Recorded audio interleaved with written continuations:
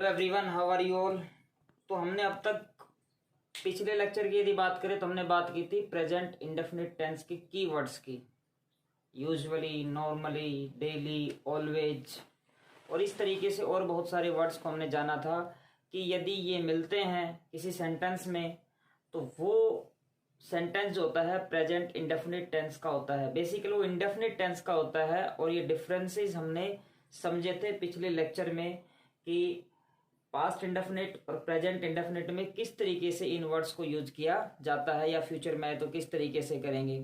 अब present indefinite tense को लेकर के हम और आगे बढ़ेंगे। आज बोर्ड पे मैंने कुछ सेंटेंस लिख रखे हैं, इन सेंटेंस के जरिए ही हम लोग जानने की कोशिश करेंगे, समझेंगे कि किस तरीके से और हम प्रेजेंट इंडेफिनिट टेंस का यूज कर सकते हैं और जो हमारे कंपटीशन लेवल पर भी आते हैं और जब बात करें स्कूल लेवल की या कॉलेज लेवल की तो वहां पर भी ये एग्जाम्स में आते हैं और इन्हीं के आधार पर क्वेश्चंस तैयार किए जाते हैं और एग्जाम्स में हमें मिलते हैं।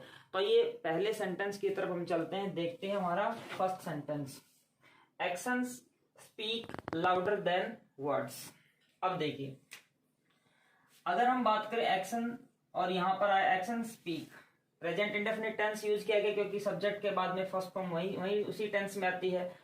इस सेंटेंस को अगर हम देखेंगे तो भाई इस सेंटेंस में ये सेंटेंस अपने आप में एक प्रोवर्ब है। तो अगला रूल हमारा क्या कहता है कि यदि कोई प्रोवर्ब है, कोई लोकोक्ति है तो वो भी प्रेजेंट इंडेफिनिट टेंस में ही यूज की जाती है, वो भी प्रेजेंट इंडेफिनिट टेंस में ही होती है। कोई भी लोकोक्ति जो होती है, कोई भी प्रोवर्ब जो होती है वो प्रेजेंट इंडेफिनिट टेंस में यूज होती है। ठीक है, प्रोवर्ब वो होती है जो जब हम लोग चीजों को अपने एक्सपीरियंस से जानने की कोशिश करते हैं। तो आप देखिए, कोई भी सिचुएशन बनती है, यदि कोई ज्यादा बोलता है तो लोग उसे कहते भी हैं कि भाई बोलने से काम नहीं चलेगा, एक्शंस हमें करने पड़ेंगे। ठीक है, जैसे सचिन तेंदुलकर को देखिए, सचिन तेंदुलकर यदि कोई उनको कुछ स्लेजिंग भी करता था तो वो ज्यादा कुछ नहीं कहते थे अपने मुंह से, लेकिन वो अपना वो जवाब किससे देते थे, बैट से देते थे। तो यानी कि वो एक्शन पे ज्यादा विश्वास करते थे और यही जीवन का फैक्ट है, यही जीवन की सच्चाई है क्योंकि एक्शन बोलते हैं वर्ड से ज्यादा, बोलने से कुछ नहीं होता, जितना एक्शन ज्यादा करेंगे उतना ही जीवन सफल होता चला जाएगा। ठीक है, दूसरा सेंटेंस वही है, slow and steady wins the race. ठीक है, तो ये भी आप देखिए, हमने बचपन से एक कहानी पढ़ी है, एक कछुए की और खरगोश की, वहीं से ये लाइन ली गई है। तो जो स्लो रहता है लेकिन लगातार चलता रहता है वही रेस को जीतता है। तो यहाँ पर भी, तो ये भी हमने उस कहानी का एक्सपीरियंस से इस चीज को जानने की कोशिश की है। तो भाई ये भी अपने आप में एक प्रोवर्ब है। ठीक है, तो जब भी, अब एक यहाँ पर हमारे पास एक रूल बन गया है, ठीक है ना, एक नियम बन गया है कि जब भी हम कोई किसी प्रोवर्ब की बात करेंगे तो प्रोवर्ब जो होती है वो प्रेजेंट इंडेफिनिट टेंस में होती है। ठीक है, चलिए ये दो सेंटेंस हमने किए, नेक्स्ट पे आते हैं थर्ड वन पे। John F Kennedy says, ask not what your country can do for you, ask what you can do for your country. ठीक है, तो ये एक बात किसी ने कही है। ठीक है, और किसने कही है, जॉन एफ कैनेडी ने। तो कैनेडी ने ये बात कही थी, तो ये एक कही गई बात है। तो कही गई बात जो होती है वो अपने आप में एक होती है सेइंग। ठीक है, सेइंग का मतलब भी होता है that has been said by somebody, जो किसी के द्वारा कही गई है। जैसे हमारा जो जब स्ट्रगल चल रहा था फ्रीडम का, तो हमारे बहुत सारे जो लीडर्स थे, नेता थे, उन्होंने बहुत सारी बातें कही। जैसे नेताजी सुभाष चंद्र बोस ने कहा, तुम मुझे खून दो मैं तुम्हें आजादी दूंगा। तो ये सारी की सारी जो बातें हैं ये किसी के द्वारा कही गई हैं। तो इस तरीके से जो सेइंग होती है वो किसी के द्वारा कही जाती है। ठीक है, चलिए, तो ये सेंटेंस हमारा हो गया। तो दूसरी बात क्या आ गई, सेइंग। ये हमारे नियम बनते चले जा रहे हैं कि भाई पहला जो है, अगर कोई प्रोवर्ब है तो प्रेजेंट इंडेफिनिट टेंस में आएगी, अगर कोई सेइंग है तो वो भी प्रेजेंट इंडेफिनिट टेंस में आएगी। देखिए यहाँ पर सेज का यूज हुआ है। ठीक है, ये दोनों सेंटेंस जो हमने देखे, यहाँ पर विंस और यहाँ पर हमने स्पीक का यूज किया क्योंकि एक्शंस था। चलिए नेक्स्ट सेंटेंस हमारा फोर्थ वन, 2 and 2 make 4। अगर आप इस चीज को देखोगे, यदि आप इस चीज को समझोगे, 2 and 2 make 4, 2 and 2 make 4, अगर हम इसे देखें तो ये बात किसने कही है, ये एक मैथमेटिकल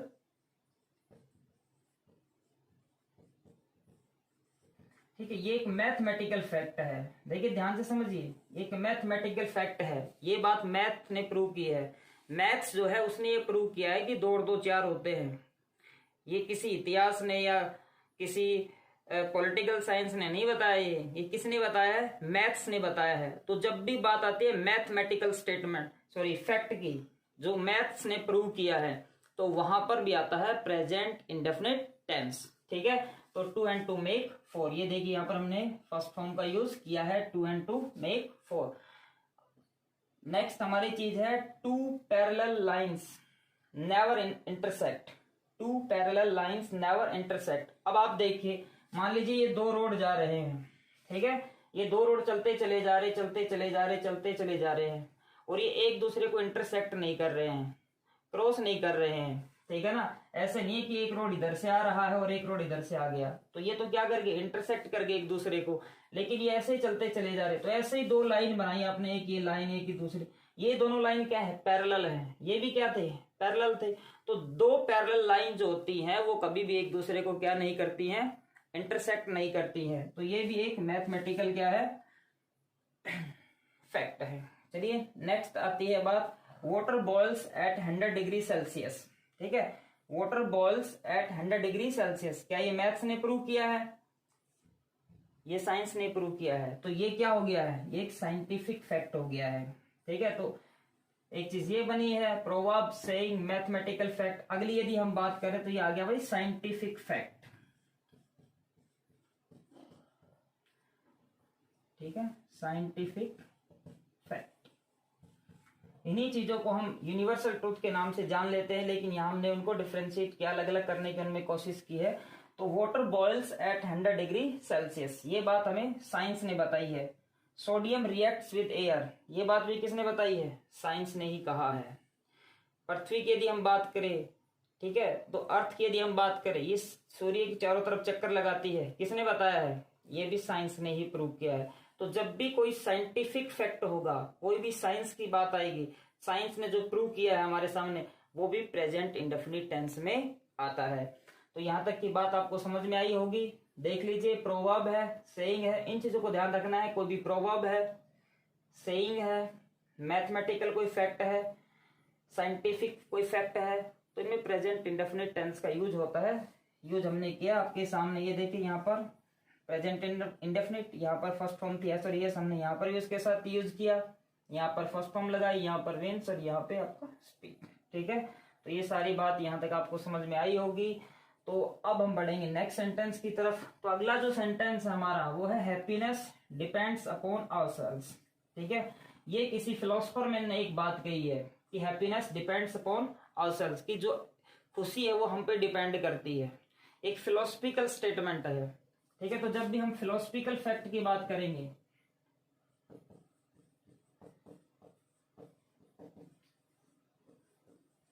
या आप कह सकते हैं फिलोसफिकल कोटेशन, आप इसे कह सकते हैं फिलोसफिकल स्टेटमेंट, जो भी है, जब भी हम इसकी बात करेंगे तो वहां पर भी प्रेजेंट इंडेफिनिट टेंस आता है। अब प्रेजेंट इंडेफिनिट टेंस क्यों आता है इनमें, क्योंकि ऐसा तो है नहीं कि भाई आज से 20 साल पहले बात कुछ और थी और आज से 20 साल बाद बात कुछ और होगी। ये ऐसी चीजें होती हैं जिनका किसी टाइम से, किसी काल से, समय से इनका कुछ लेना देना नहीं होता।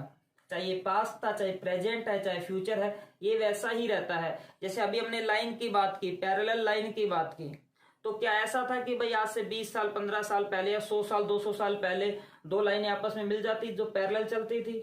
बिल्कुल नहीं मिलती थी। तो इनका किसी टाइम से, किसी समय से, किसी काल से कोई लेना देना नहीं होता है, और यही वो वजह है कि इनमें प्रेजेंट इंडेफिनिट टेंस का यूज किया जाता है। ठीक है, ऐसा नहीं है कि 2 साल पहले पानी जो था वो 200 डिग्री पर बॉईल होता था, वो पहले भी ऐसा ही था, वो आज भी ऐसा ही है। तो यही एक वजह है कि इनमें प्रेजेंट इंडेफिनिट टेंस का यूज किया जाता है। ठीक है, अगली बात, hope is a walking dream, ये भी एक फिलोसफिकल स्टेटमेंट है।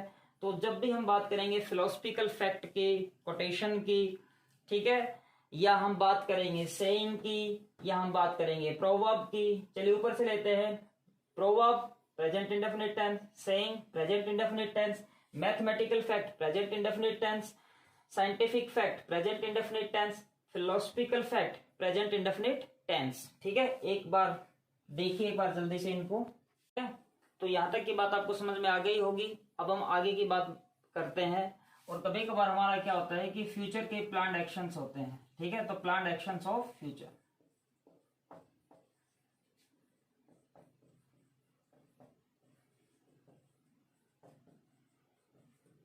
वहां पर भी प्रेजेंट इंडेफिनिट टेंस का यूज होता है। आप वहां पे प्रेजेंट फ्यूचर इंडेफिनिट का भी यूज कर सकते हैं, लेकिन वहां पर प्रेजेंट इंडेफिनिट टेंस का भी यूज होता है। जैसे देखिए, प्राइम मिनिस्टर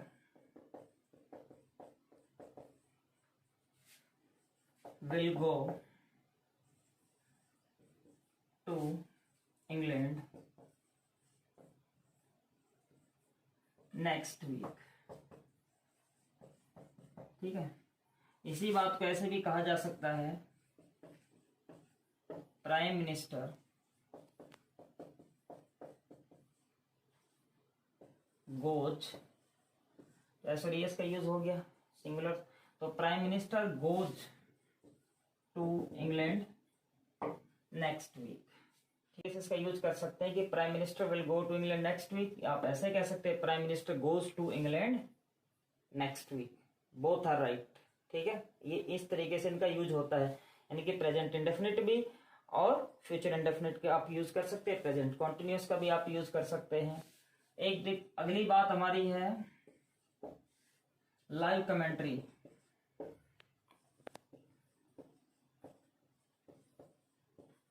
ठीक है, कोई कमेंट, जैसे कोई मैच चल रहा होता है तो वहां पर जो कमेंट्री चल रही होती है वो भी प्रेजेंट इंडेफिनिट टेंस में ही होती है। जैसे देखिए एक सेंटेंस लेते हैं हम लोग, Kohli hits the ball and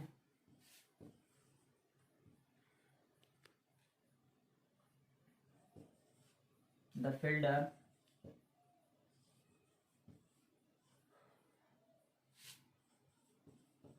runs after it,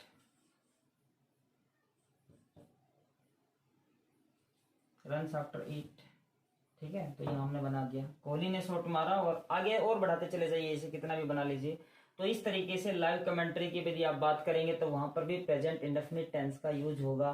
कोई फ्यूचर का प्लान्ड एक्शन है उसके लिए भी प्रेजेंट इंडेफिनिट टेंस का यूज होता है। तो I think present indefinite tense की यदि बात करें तो आपको अच्छे से समझ में आ गया होगा कि प्रेजेंट इंडेफिनिट टेंस का कहाँ कहाँ यूज किया जाता है। ठीक है, तो एक बार देख लीजिए आप इस बात को और समझ लीजिए। ठीक है, तो समझिए ध्यान से और इस वीडियो को एक दो बार देखिए, समझ में आएगा। और इसी तरीके से हम फिर अब हमारी बात को नेक्स्ट वीडियो में आगे बढ़ाएंगे एक नई बात के साथ। तब तक के लिए खुश रहें, घर पे रहें। Thank you very much for watching this video.